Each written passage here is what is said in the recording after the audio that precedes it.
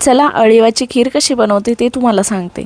तर सगळ्यात अगोदर मी इथे दूध उकळत ठेवलं आणि थंडीच्या दिवसामध्ये हे अळीव खाल्लेलं खरंच खूप चांगलं असतं आणि बाळंतिणीला दूध देण्यासाठी याचा तर खूप जास्त उपयोग होतो। आणि आमच्या नणंदताईंची डिलिव्हरी झालेली असल्यामुळे त्यांच्यासाठी रोज ही खीर मी बनवत असते आणि मलाही थोडासा कंबरदुखीचा त्रास असल्यामुळे मी देखील ही थोडीशी खीर त्यांच्यासोबत पीत असते।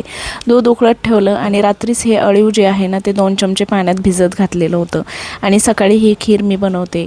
त्यानंतर अळीव भिजलेलं त्यामध्ये टाकून दिलं आणि छान अशी त्याला उकळी आल्यानंतर त्यामध्ये 1 ते 1.5 चमचा तूप टाकायचं आणि साखर टाकून पुन्हा एकदा याला मस्त अशी घट्टसर उकळी येऊ द्यायची। उकळी आल्यानंतर त्यामध्ये वेलची पूड वगैरे टाकायचं। हवं तर तुम्ही काजू बदाम वगैरे ड्रायफ्रूट्स तुम्हाला जे हवे ते टाकू शकता। जशी आपण नॉर्मल खीर बनवतो त्या पद्धतीनेच ही खीर बनवायची आहे आणि छान अळीवाची खीर तयार झालेली आहे। गरमागरम सगळ्यांना पिण्यासाठी द्यायची आणि मी तर त्यांच्यासोबत रोज ही खीर पिते।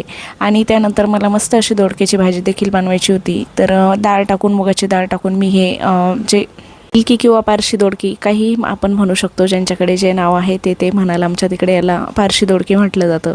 तर ते मस्त असं कापून घेतलं आणि म्हटलं चला डाळ टाकून याची छान अशी भाजी बनवावी। तर कोरडी भाजी मी इथे बनवणार होते पण म्हटलं चला थोडीशी रस्साच भाजी बनवूया म्हणजे मग सगळ्यांचं पोट देखील भरतं। कढईमध्ये तेल टाकलं आणि जिरे मोहरी टाकून घेतली। त्यानंतर हे चिरलेलं जे दोडकं आहे ना ते टाकून घ्यायचं आहे।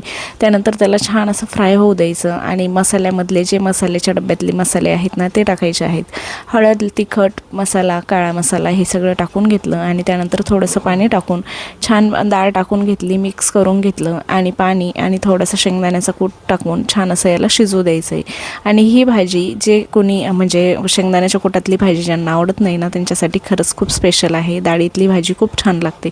त्यानंतर आता मॅडमचा टाईम झालेला होता स्कूलला जायचा आणि त्यांचे नखरे असे सकाळी सकाळी चालू होऊन जातात।